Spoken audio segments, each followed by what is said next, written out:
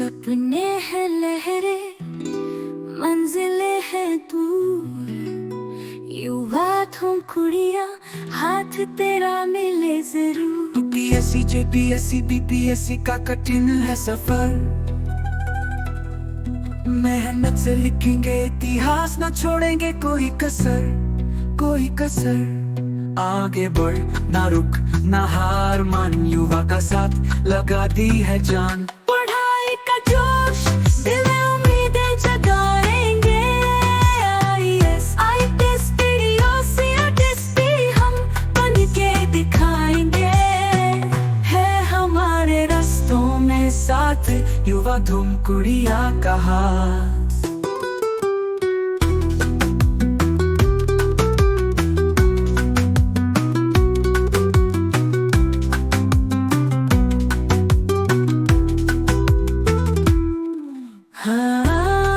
नमस्कार। आज हम एक अहम और थोड़ी अचानक हुई घटना पर बात करेंगे। भारत के उपराष्ट्रपति जगदीप धनखड़ का इस्तीफा। जी, हमारे पास इस पर कुछ रिपोर्ट्स और स्रोत हैं, तो कोशिश करेंगे कि इस पूरी स्थिति को थोड़ा गहराई से समझें। बिल्कुल। तो हुआ यह है कि जगदीप धनखड़ जी जो 11 अगस्त 2022 को 14 में उपराष्ट्रपति बने थे। हाँ, जिनका कार्यकाल अगस्त 2027 तक था। सही कहा, अगस्त 2027 तक। उन्होंने 21 जुलाई 2025 को इस्तीफा दे दिया जी। और उन्होंने राष्ट्रपति द्रौपदी मुर्मू को अपना इस्तीफा सौंपा।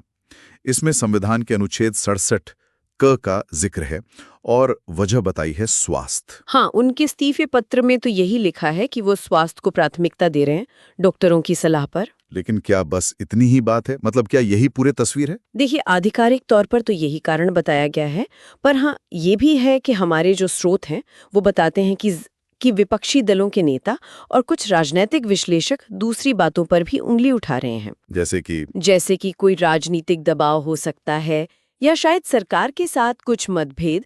पर हमें ये साफ करना होगा कि ये सिर्फ अटकलें हैं जिनका जिक्र स्रोतों में है, इनकी कोई पुष्टि नहीं हुई है। अच्छा, तो इस पूरी घटना को समझने के लिए उपराष्ट्रपति पद की संवैधानिक स्थिति को समझना जरूरी हो जाता है ना? हाँ, बिल्कुल।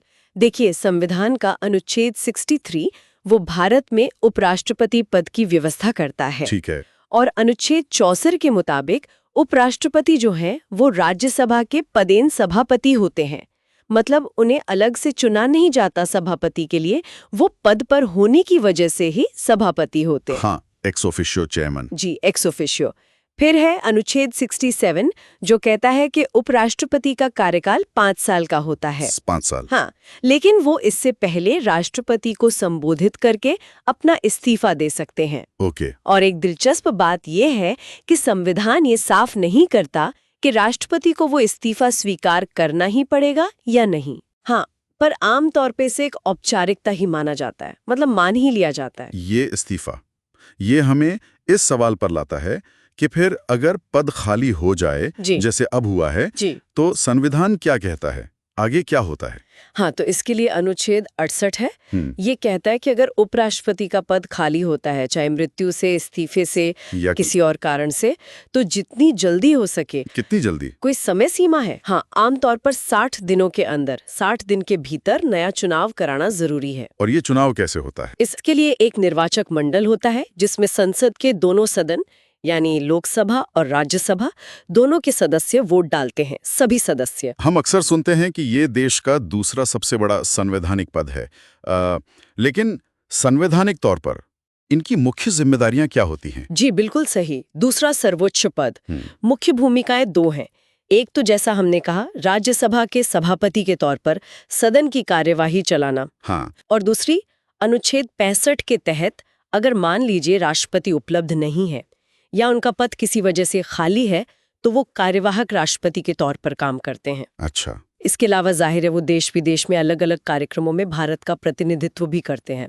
तो धनखड़ जी के इस्तीफे के फौरन बाद अब क्या कोई कार्यवाहक उपराष्ट्रपति जैसी कोई चीज होती है? नहीं, संविधान में ऐसा कोई कार्यवाहक उपराष्ट्रपति का प्रावधान नहीं है। तो फिर राज्यसभा कैसे चलेगी? जब उपराष्ट्रपति नहीं होते तो राज्यसभा के जो उपसभापति हैं वो सदन की कार्यवाही चलाते हैं। अभी वो हरिवंश नारायण सिंह जी हैं। ठीक है। तो वो ये जिम्मेदारी निभाएंगे।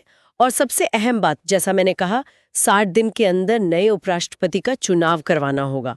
स्रोत ये भी बता रहे हैं कि इस्तीफे के तुरंत बाद ही राजनीतिक गलियारों में नए उम्मीदवार कौन हो सकते हैं, इस पर चर्चा शुरू हो गई है। क्या भारतीय इतिहास में ऐसा पहले हुआ है? मतलब किसी उपराष्ट्रपति ने कार्यकाल पूरा होने से पहले पद छोड़ा हो? हाँ, हुआ तो है, पर बहुत कम बार, और वजहें अलग रही हैं। जैसे वीवी गिरी ने 1969 में, हाँ सुना है। आर वेंकटरमण ने 1987 में, शंकर दयाल शर्मा जी ने 1992 में, के आर नारायणन ने 1997 में और भैरव सिंह शेखावत जी ने 2007 में। इन सब ने इस्तीफा दिया था राष्ट्रपति का चुनाव लड़ने के लिए। अच्छा, यानी वो राष्ट्रपति बनना चाहते थे। जी। धनखड़ जी का मामला इसलिए थोड़ा अलग है क्योंकि उन्होंने कारण स्वास्थ्य बताया है। हालांकि जैसा हमने पहले भी कहा, राजनीतिक अटकलें तो वो अपनी जगह हैं जिनका जिक्र स्रोतों में मिलता है। तो कुल मिलाकर हमने समझा कि ये इस्तीफा कैसे हुआ, इसके पीछे की संवैधानिक प्रक्रिया क्या है और अब आगे क्या कदम उठाए जाएंगे। हाँ, और ये घटना हमें एक तरह से संवैधानिक पदों की जो निरंतरता है और जो व्यक्तिगत परिस्थितियां होती हैं उनके बीच के संतुलन पर सोचने का एक मौका भी देती है। बिल्कुल। और जाते जाते श्रोताओं के लिए शायद एक सवाल सोचने लायक है। जो पहले के उपराष्ट्रपति राष्ट्रपति चुनाव लड़ने के लिए इस्तीफा देते थे और अब जगदीप धनखड़ जी का स्वास्थ्य कारणों से इस्तीफा देना, इन दोनों के बीच का ये जो फर्क है, क्या ये भारतीय राजनीति में बदलती हुई प्राथमिकताओं या शायद मजबूरियों की तरफ कोई इशारा करता है? इस पर जरूर सोचा जा सकता है।